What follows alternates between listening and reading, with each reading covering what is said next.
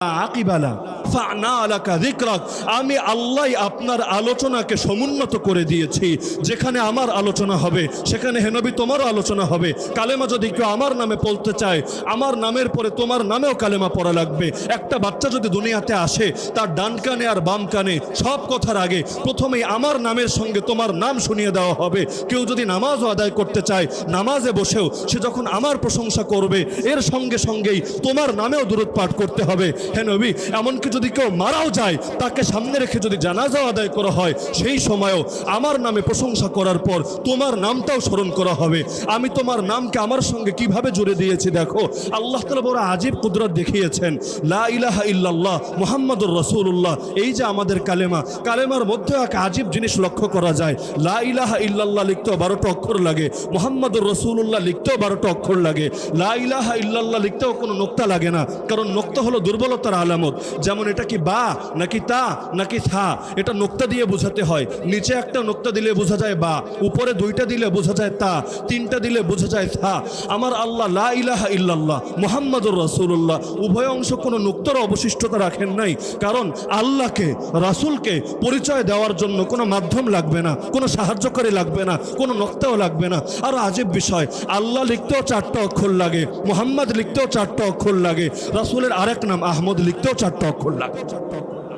আরো আজীব বিষয়, কোরআনের মধ্যে আল্লাহ তাআলা অন্যান্য নবীদেরকে নাম ধরে ডেকেছেন।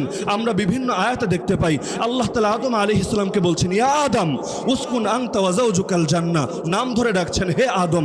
আল্লাহ তাআলা নূহ আলাইহিস সালামকে বলছেন ইয়া নূহ ইন্নাহু লাইসা মিন আহলিক ইয়া নূহ ইহবিত বিসালামিন মিন্না ওয়া বারাকাতিন আলাইক। ইব্রাহিম আলাইহিস সালামকে নাম ধরে ডাকছেন ইয়া ইব্রাহিম কদ সাদ্দাকতার রুইয়া। ইয়াহইয়া আলাইহিস সালামকেও নাম ধরে ডাকছেন ইয়া ইয়াহইয়া ইন্না নুবাশশিরুকা বিগুলামিন ইসমুহু ইয়াহইয়া। জাকারিয়া আলাইহিস সালামকে, ইয়াহইয়া আলাইহিস সালামকে আল্লাহ নাম ধরে ডাকছেন ইয়া ইয়াহইয়া খুযিল কিতাবা বিকুওয়া। ঈসা আলাইহিস সালামকেও নাম ধরে ডাকছেন ইয়া ঈসা ইবনে মারইয়াম উযকুর নি'মাতি আলাইকা ওয়া আলা ওয়ালিদাতিক। মুসা আলাইহিস সালামকেও নাম ধরে ডাকছেন। তো যেই নবীর আলোচনায় দেখতে পাই আল্লাহ তাআলা তাদেরকে নাম ধরে স্মরণ করেন। নাম ধরার মধ্যে অসম্মানের কিছু নাই, অমর্যাদার কিছু নাই। মহব্বতের মানুষকেও মানুষ নাম ধরে ডাকে, আল্লাহ তাআলা তাদেরকে নাম ধরে ডেকেছেন। কিন্তু যেখানে আমার নবীর আলোচনা দেখতে পাই আমার আল্লাহ একটাবার তার নামটা ধরেও তাকে ডাকেন, তার পদবি ধরে তার গুণ ধরে তাকে ডেকেছেন। কোথাও বলেছেন ইয়া আইয়ুহান নবী, হে নবী জাহিদুল কুফার ওয়াল মুনাফিকিন, জিহাদ চালিয়ে যান কাফেরদের বিরুদ্ধে আর মুনাফিকদের বিরুদ্ধে। কোথাও বলছেন ইয়া আইয়ুহাল মুজাম্মিল, কোথাও বলছেন ইয়া আইয়ুহাল মুদ্দাসসির। একটা আয়াত কেউ দেখাতে পারবেন না কোথাও আমার আল্লাহ বলছেন ইয়া মুহাম্মদ। তা আমার আল্লাহ নিজেই যার ব্যাপারে বলছেন আমি তোমার আলোচনাকে সমুন্নত করে দিয়েছি, পৃথিবীর কেউ তাকে দাম দিতে চাক আর না চাক, আমার আল্লাহ যাকে দাম দেন তার দাম কেউ কমাতে পারে না। আল্লাহর দেওয়া দাম নিয়ে যদি কেউ টানা হেচড়া করে, তারই লেজ কাটা যায়, সেই ধ্বংস হয়। কিন্তু যাকে নিয়ে টানা হেচড়া করে তার কোনো ক্ষতি হয় না। আমার আল্লাহ তার নবীর জন্য এমন একটা নামও রেখে দিয়েছেন যেই নাম তার পূর্বে কারো জন্য রাখা হয় নাই, মুহাম্মদ এবং আহমদ, যেই নামের সুসংবাদ পূর্ববর্তী নবীরাও রেখে গিয়েছেন। আর এমন একটা নাম, মুহাম্মদ অর্থই প্রশংসিত। কেউ যদি আমার নবীর শানে বেয়াদবিও করতে চায়, বেয়াদবি করতে গিয়ে যদি তার নামটাই খালি বলে যে মুহাম্মদ এমন মুহাম্মদ তেমন, তার প্রথম বাক্যই শেষ বাক্যকে মিথ্যা বলে দাবি করে। কারণ মুহাম্মদ মানেই প্রশংসিত, যিনি আসমানে প্রশংসিত, যিনি জমিনে প্রশংসিত, যিনি আরশে প্রশংসিত, যিনি কুরসিতে প্রশংসিত, যিনি জান্নাতে প্রশংসিত, যিনি ফেরেশতাদের নিকট প্রশংসিত, যিনি জিন জাতির নিকট প্রশংসিত, যিনি গোটা জমিনের সব কিছুর কাছে প্রশংসিত। তো প্রথম বাক্য বলবে, শব্দ বলবে মুহাম্মদ, এরপর গিয়ে যদি খারাপ কিছুও বলতে চায় তার বাক্যই প্রমাণ করে তুই একটা মিথ্যুক, তুই দাজ্জাল। কারণ নিজেই মেনে নিচ্ছিস মুহাম্মদ তিনি প্রশংসিত। তো প্রশংসিত বলার পর আবার বদনাম করলে বোঝা যায় আসলে তোর মধ্যেই সমস্যা আছে। কারণ বাদুর দিনের আলো দেখে না, এটা সূর্যের দোষ না, সূর্যের মধ্যে কোনো কমতি নাই, ওর চোখের মধ্যে কমতি। আরে পাথরের যদি কোনো পাহাড় থাকে, সেই পাহাড়ে গিয়ে কেউ যদি নিজের কপাল দিয়ে একের পর এক আঘাত করতে থাকে, উদ্দেশ্য হলো পাহাড়কে ভেঙে চূর্ণ বিচূর্ণ করে ফেলবো, গোটা জমিনে সবাই বলবে পাহাড়ের কিচ্ছু হবে না, ওর কপাল ফেটেই চৌচির হবে। তো আমার রসুলকে আল্লাহ তাআলা এমন এক মর্যাদায় পৌঁছিয়েছেন, তাকে নিয়ে বেয়াদবি যদি কেউ করতেও চায় তার কথাই বলে তুই একটা মিথ্যাবাদী, গোটা পৃথিবীও বলে তুই একটা মিথ্যাবাদী। দেখেন না, মুসলমান প্রতিবাদ জানায় তো জানায়, অনেক বিধর্মী নেতারাও প্রতিবাদ জানিয়েছে। ওরাই যদি দুনিয়ার 100 জন মানুষের জীবনী নিয়ে বই লেখে, শ্রেষ্ঠ 100 মনীষী, এর মধ্যে 1 নম্বরেই চলে আসে মুহাম্মাদুর রাসূলুল্লাহ সাল্লাল্লাহু আলাইহি ওয়াসাল্লামের জীবনী। যেই হাদিস আমি খুতবার মধ্যে পাঠ করেছি, আমার রাসূল বলছেন, লাইসা শাইউন বাইনাস সামাই ওয়াল আরদ ইল্লা ইয়ালাম আন্নী রাসূলুল্লাহ। আসমান আর জমিনের মধ্যে এমন একটা জিনিসও নাই যে জিনিসটা জানে না আমি আল্লাহর রাসূল। ইল্লা আসিয়াল জিন্নি ওয়াল ইনস, একমাত্র কিছু কপাল পোড়া জিন আর মানুষ, কিছু নাফরমান নেমক হারাম কিছু জিন আর মানুষ থাকতে পারে যারা হয়তো জানে না বা মানে না আমি আল্লাহর রাসূল, কিন্তু এই জিন আর মানুষ বাদে এমন একটা জিনিসও নাই যেটা জানে না আমি আল্লাহর রাসূল। রাসূলের জীবনীতে আর অনেক ঘটনা পাওয়া যায়। রাসূলুল্লাহ সাল্লাল্লাহু আলাইহি ওয়াসাল্লাম বলেন, ওয়াল্লাহি ইন্নী লা আ'লাম হাজারা কানা ইউসাল্লিমু আলাইয়া ক্বাবলা আন উবআথা। আল্লাহর কসম, সেই পাথরটাকে আমি এখনো চিনি। আমি নবী হওয়ার আগেই যখন রাস্তা দিয়ে চলতাম সেই পাথরের মুখ থেকে আমাকে সালাম বেদিত। রাসূলুল্লাহ সাল্লাল্লাহু আলাইহি ওয়াসাল্লাম প্রথম অবস্থায় মদিনার মসজিদে একটা খেজুরের ডালে ভর করে খুতবা দিতেন। যখন মিম্বার বানানো হলো, রাসূল সেটার উপর ভর দিলেন না, মসজিদের এক কোনায় নিয়ে রাখা হলো। জুমার দিন সবাই আসলে মসজিদে নামাজ আদায় করবে, সব সাহাবী নিজেদের কানে শুনতে পেল 10 মাসের একটা গর্ভবতী উট তার গর্ভের তার এই প্রসব বেদনায় যেই পরিমাণ আর্তনাদ করে, যেই পরিমাণ কান্নাকাটি করে, সেই খেজুরের গাছের ডাল থেকে এরকম আর্তনাদ ভেসে আসছে। রাসূলুল্লাহ সাল্লাল্লাহু আলাইহি ওয়াসাল্লামের কানেও যখন আওয়াজ আসলো, নিজে গিয়ে সেটাকে ধরে কোলে তুলে নিলেন, সঙ্গে সঙ্গে আওয়াজ বন্ধ হয়ে গেল। রাসূল বললেন, লাউলাম আহতাজিনহু লাহান্না ইলা ইয়াউমিল কিয়ামা। আরে আমি নবী যদি এটাকে কোলে তুলে না নিতাম, কিয়ামত পর্যন্ত শুধু কাঁদতেই থাকতো। রাসূলুল্লাহ সাল্লাল্লাহু আলাইহি ওয়াসাল্লাম কোরবানির দিন পশু জবাই করবেন, নিজে হাজির হয়েছেন, হাতের মধ্যে ছুরি, সামনে 5টা উট বাঁধা। সাহাবী বলেন, মনে হচ্ছিল 5টা উটের 5টা উট রশি ছিঁড়ে কার আগে কে রাসূলের সামনে গিয়ে জবাই হবে। তার হাতে জবাই হবে, অন্য কিছু না, জবাই হবে। এজন্য পশুর মধ্যে প্রতিযোগিতা, কার আগে কে রাসূলের সামনে গিয়ে হাজির হবে। রাসূল তার গলায় আঘাত করবেন, নহর করবেন, রাসূলের হাতে সে কোরবান হবে। এর চাইতে বড় সৌভাগ্যের বিষয় কি হয়? আম্মা জান আয়েশা রাদিয়াল্লাহু আনহা বলেন, মিশরের নারীরা নবী ইউসুফ আলাইহিস সালামকে দেখে তো নিজেদের হাত কেটে ফেলেছিল, আরে তারা মুহাম্মাদুর রাসূলুল্লাহ সাল্লাল্লাহু আলাইহি ওয়াসাল্লামকে যদি একটাবার দেখতো, নিজেদের হাত না নিজেদের কলিজা কেটে ফেলত। এক সাহাবী বলেন, পূর্ণিমার রাতে গেলাম, নবী আকাশের নিচে বসা, আমি গিয়ে অবাক হয়ে গেলাম, দ্বিধান্বিত হয়ে গেলাম। একবার তাকাই আকাশের চাঁদের দিকে, একবার তাকাই নবীর চেহারার দিকে, আবার তাকাই আকাশের চাঁদের দিকে, আবার তাকাই নবীর চেহারার দিকে। আমি বুঝে উঠতে পারছিলাম না, ওহে আসমানের চাঁদ, তুমি বেশি সুন্দর না আমার নবীর চেহারা বেশি সুন্দর? আয়েশা রাদিয়াল্লাহু আনহা বলেন, লানা শামসুন ওয়ালিল আফাকি শামসুন ওয়া শামসি আফদালু মিন শামসিস সামা, আশ-শামসু তাতলু বা'দাল ফজর ওয়া শামসি তাতলু বা'দাল ইশা। আরে আকাশের একটা সূর্য আছে, আমারও একটা সূর্য আছে। আরে আমার সূর্য আকাশের সূর্যের চাইতে দামি, আকাশের সূর্য ওঠে ফজরের পর, আমার সূর্য ওঠে ইশার পর।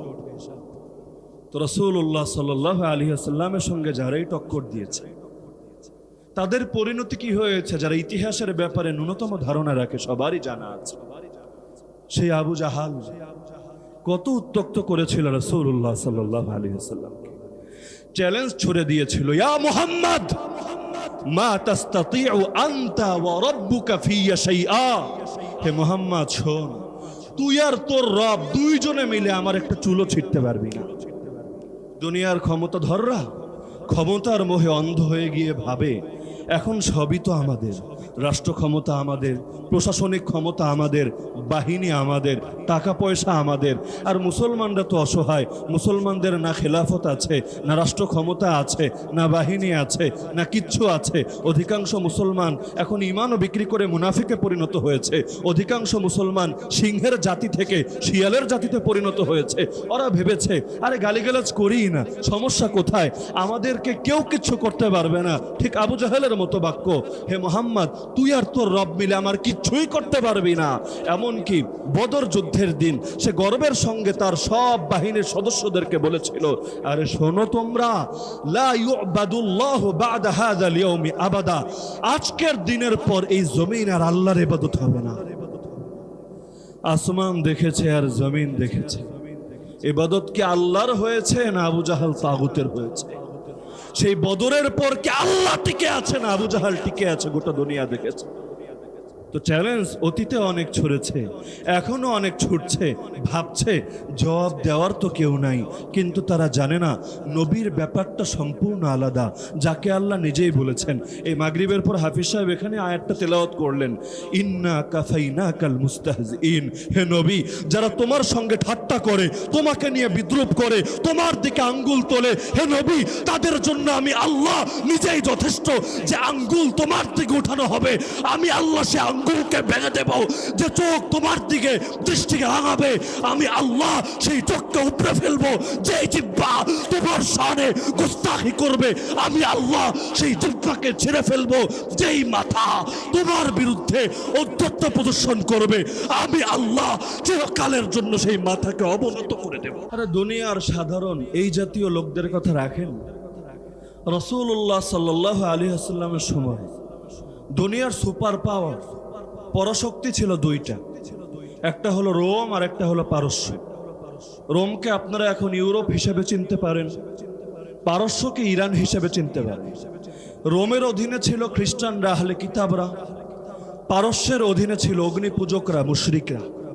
সেই সময় ইরানের অধীনেই ইরাক হোক, আফগানিস্তান হোক, আশপাশের সব এলাকা তাদের অধীনেই ছিল। দুইটা সুপার পাওয়ার।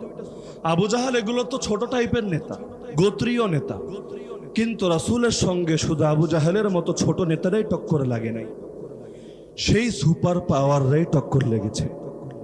আজকালও দেখেন না বড় বড় সুপার পাওয়ার রাষ্ট্রীয়ভাবে রাসূলের বিরুদ্ধে অবস্থান নেয়, কখনো ডেনমার্ক, কখনো ফ্রান্স, আর সর্বশেষ এই মালাউন ভারত।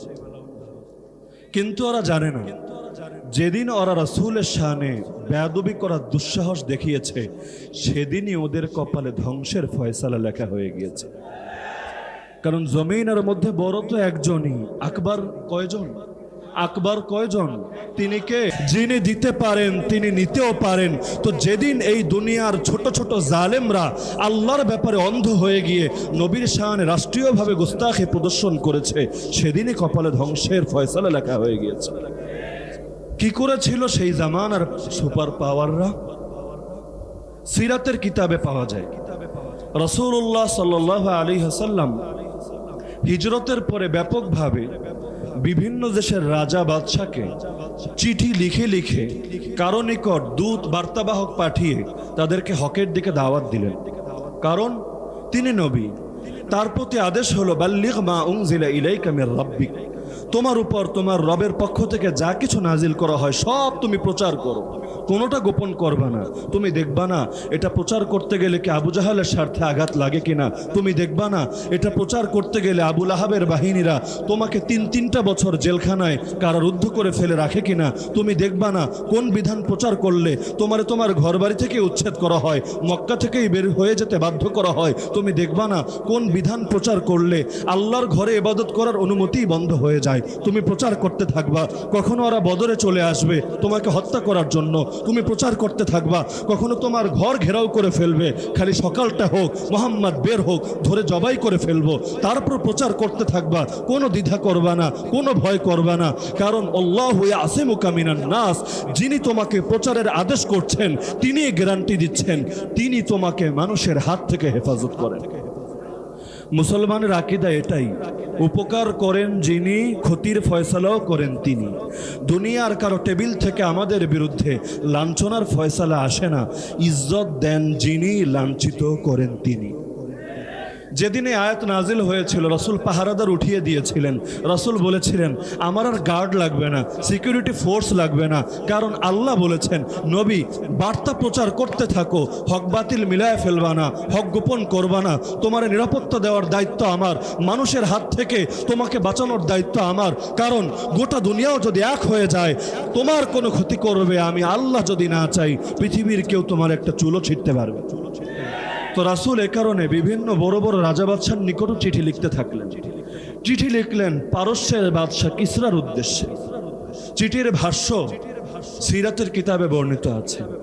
বিসমিল্লাহির রহমানির রহিম, মিন মুহাম্মাদিন রাসূলিল্লাহ ইলা কিসরা আযীম ফারিস, সালামুন আলা মান ইত্তাবাআল হুদা ওয়া আমানা বিল্লাহি ওয়া রাসূলিহি ওয়া শাহিদা আল্লা ইলাহা ইল্লাল্লাহ ওয়াহদাহু লা শারীকা লাহু ওয়া আন্না মুহাম্মাদান আবদুহু ওয়া রাসূলুহু আদউকা বিদুআইল্লাহ ফাইন্নী আনা রাসূলুল্লাহ ইলান নাসি কাফা লিউনযিরা মান কানা হাইয়া ওয়া ইয়াহিক্কাল কাওলু আলাল কাফিরিন ফাইন তুসলিম তাসলাম ওয়া ইন আবাইতা ফাইন্না ইসমাল মাজুসি আলাইকা। চিঠির ভাষ্য হলো, শুরু করছে আল্লাহর নামে যিনি অতি দয়ালু পরম করুণাময়। এই চিঠি আল্লাহর রাসূল মুহাম্মাদের পক্ষ থেকে পারস্যের বাদশাহ কিসরার উদ্দেশ্যে পর সমাচার হলো, তুমি শোনো যে আমি আল্লাহর দাওয়াতটাই তোমার নিকট পৌঁছে দিচ্ছি। আমি তোমাকে আগে শুরুতে বলে নিচ্ছি, তোমার উপর কোনো শান্তির দোয়া করছি না। সালাম বর্ষিত হোক, শান্তি বর্ষিত হোক একমাত্র তাদের উপর যারা হেদায়েতের অনুসারী, যারা ঈমান রাখে আল্লাহর উপর আর শেষ দিবসের উপর, যারা সাক্ষ্য দেয় আল্লাহ একক অদ্বিতীয়, একমাত্র মুহাম্মাদুর রাসূলুল্লাহ সাল্লাল্লাহু আলাইহি ওয়াসাল্লাম তিনি সর্বশেষ রাসূল, যারা একমাত্র এই সাক্ষ্য দেয় তাদের জন্য শান্তির বার্তা। কাফের মুশরিকদের জন্য কোনো শান্তির বার্তা আমি দিচ্ছি না। এরপর শোনো হে কিসরা, আমি তোমাকে আল্লাহর দাওয়াতটা পৌঁছে দিচ্ছি। আমি প্রকৃতপক্ষে আল্লাহর রাসূল। আল্লাহ আমাকে আদেশ করেছেন যারা জীবিত আছে তাদেরকে যেন আমি সতর্ক করে দেই, যাতে করে কাফেরদের উপর প্রমাণ প্রতিষ্ঠা হয়ে যায়। সুতরাং হে বাদশাহ, যদি ইসলাম গ্রহণ করো নিরাপত্তা পেয়ে যাবা, আর যদি অস্বীকার করো সব অগ্নিপূজকের পাপ একা বহন করবা। কারণ শাসক হওয়া সহজ, দায়িত্ব পালন করা বড় কঠিন। তুমি শাসক হবা আর তোমার শাসন ক্ষমতায় থেকে সবাই গোমরাহিতে লিপ্ত থাকবে, অটোমেটিক এর দায় তোমার কাঁধে চলে আসবে। আজকালও যারা নিজেদেরকে মুসলমানদের শাসক বলে পরিচয় দেয় আর তারা মনে করে আল্লাহর ইজ্জত যায় যাক, রাসূলের ইজ্জত যায় যাক, এটা আমাদের বিষয় না। আমাদের কাজ শুধু ধর্মীয় সম্প্রীতি রক্ষা করা। আমাদের কাজ খালি মুসলমান আর হিন্দু আর খ্রিস্টান আর বৌদ্ধ আর নাস্তিক আর আস্তিক সবার মধ্যে পেয়ার আর মহব্বত জাগ্রত রাখা। কারো ইজ্জত বাঁচানো আমাদের দায়িত্ব না। যার যা মনে চায় করুক গিয়ে। কেউ কোরআন অবমাননা করবে করুক, ব্লগের মধ্যে নবীরে গালি দিবে দেখ, এগুলো নিয়ে আমরা কোনো মাথা ঘামাবো না। তাদের কোনো অধিকার নাই শাসন ক্ষমতা পরিচালনা করা। তো রাসূল ক্লিয়ার ভাবে বলে দিচ্ছেন, যদি ইসলাম গ্রহণ করো নিরাপত্তা পাবা, আর যদি ইসলাম গ্রহণ না করো হে সুপার পাওয়ার বাদশাহ, সবার পাপ একা বহন করবে। এই চিঠি রাসূল এক সাহাবীর দ্বারা পৌঁছে দিলেন সেই বাদশার নিকট। সিরাতের কিতাব ইখতিলাফ বর্ণিত হয়েছে, সাহাবী নিজেই নিয়ে গিয়েছেন নাকি বাদশার কোনো প্রতিনিধির নিকট পৌঁছে দিয়েছেন, সে গিয়ে বাদশাকে পড়ে শুনিয়েছে। যেভাবেই হোক, যখন সেই সুপার পাওয়ার বাদশাহ খসরু পারভেজ কিসরার সামনে এই চিঠি পাঠ করা হলো, আর মেজাজ গরম হয়ে গেল, টেম্পারেচার পুরাই হট। আরে আরবের কোন জায়গার কোন বেদুইন আমারে নসিহত দেয়। আচ্ছা নসিহত দিবে ভালো কথা, প্রথমে চিঠির শুরুতে নিজের নাম লেখে, এরপর আমার নাম লেখে। ওর সাহসটা কত বড়! নাম লেখা নিয়ে রাজনীতি সারা দুনিয়ায় চলে, আল্লাহ হেফাজত করুক। কার নাম উপরে, কার নাম নিচে, কাড্ডা ডাইনে কাড্ডা বামে, এগুলো নিয়ে কত রাজনীতি যে হয়ে যায়, আল্লাহ হেফাজত করুক। তো সে বলল, এই গোলাম ও হচ্ছে আমার গোলাম, আমার অধীনস্থ দাস। কারণ আমি হচ্ছে খসরু পারভেজ, দুনিয়ার বাদশাহ। এখনো যেমন আমেরিকা মনে করে গোটা দুনিয়ার বাদশাহ তো আমি, যারে মনে চায় মারমু, যারে মনে চায় ধর্ষণ করমু, যেখান থেকে মনে চায় মসজিদ উঠায় দিব, মাদ্রাসা বিরান করে দিব, কারণ আমিই তো দুনিয়ার বাদশাহ। কিন্তু ওরা জানে না ওদের উপরও আরেকজন আছে। এসে বলে না হুজুর এইটা বলবেন না, ওইটা বলবেন না, কথা আজকে এই অ্যাঙ্গেলে বলবেন। কেন? উপরের আদেশ আছে, আমাদের দোষ নেই। আমরা তো আপনাদের মহব্বত করি, আপনাদের জন্য জান ফেদা, কিন্তু উপরের আদেশ আছে, এজন্য করা যাবে না। কি করবো হুজুর কোন, তো আমরা চাকরি করি। গত এক বছরে এই কথা যে কত হাজারবার শুনছি, আল্লাহ ভালো জানে। যা করার ঠিকই করবে, করার পর হুজুর বদদোয়া দিয়েন না, হুজুর কিছু মনে করেন না, আমরা তো চাকরি করি, কি করব বলেন, সব দোষ ওদের। এরপর এমন এমন ভাষায় গালি দেয়, এগুলো আমি বলতে পারবো না। কিন্তু ওরা ভুলে যায় চাকরি শুধু ওরা করে না, আমরাও করি। আমরা শুধু চাকরি না, আমরা গোলামি করি। আরে ওরা চাকরি করে কার? মানুষ হয়ে মানুষের। আমরা গোলামি করি কার? রব্বুল আলামিন আল্লাহ। ওদের উপর চাকর হিসাবে যদি মনিবের আদেশ থাকে, তোমাকে এটা বলা বন্ধ করতে হবে, আমাদের উপর আমাদের রবের আদেশ যার চলে গেলেও বলতে হবে। সুতরাং চাকরির চাইতে গোলামের গুরুত্ব বেশি। ওদের মনিবের হাতে না জান্নাত আছে না জাহান্নাম আছে, না পুলসিরাত পার করিয়ে দিতে পারবে, না মিজান নেকের পাল্লা ভারী করে দিতে পারবে, না কবরে আলোকিত করে দিতে পারবে, কিন্তু আমাদের রবের হাতে সব আছে। সেই রবের কথা বলতে গিয়ে, সেই রবের গুণগান গাইতে গিয়ে, সেই নবীর আনুগত্য করতে গিয়ে যদি হাসি মুখে জীবনও দেওয়া লাগে, ক্ষতি কোথায়? কিয়ামতের দিন সে আল্লাহ তো ভুলবে না, সেই নবী তো বেওয়াফাই করবে না।